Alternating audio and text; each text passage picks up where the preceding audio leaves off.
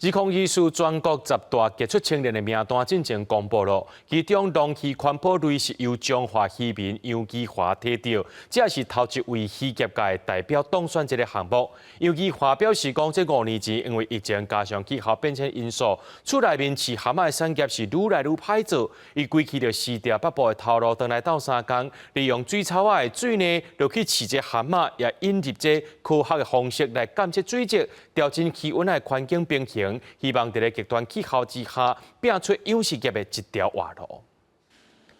详细检查蛤蟆的品质，一望就知影倒一粒甘沙。伊是今年10大杰出青年之一的杨基华，嘛是龙鱼环保类头一位渔业界代表。过去伫台北咧做行销，但是自细汉就伫渔村斗3工的杨基华，对故乡的饲蛤蟆产业有真深的感情。像阮咧饲蛤蟆，我大进前，阮的产销班嘛拢是阮爸爸妈妈这个年纪，甚至是为阿公的年纪，佫也未退休，看到这个人，才辛苦一世人的这个产业，有可能因为环境，有可能因为人口，伊渐渐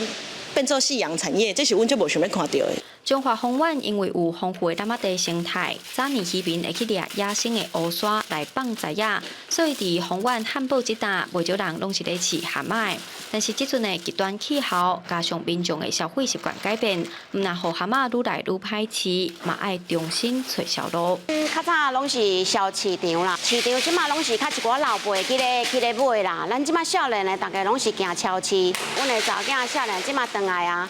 因就是落咧做这个真空包装，有甲阮的生意有扭悬起来啦。这个所在的养殖，伊是伫个畜牧区甲咱养殖区是做伙的，为着要互咱的养殖较稳定，阮就去用，比如说像这种看显微镜的方式啦，还是讲验水啦。较早用目睭看到出问题啊，袂付处理啊，即摆阮就变做讲先用数据落去看。杨基华表示，渔温的环境顾护好，蛤蟆自然就健康。除了用科学仪器监测水质，伊嘛改变传统野饲料的方式，利用藻水落去饲蛤蟆，要伫传统养殖业行出一条新的路。记者杨淑晴综合报道。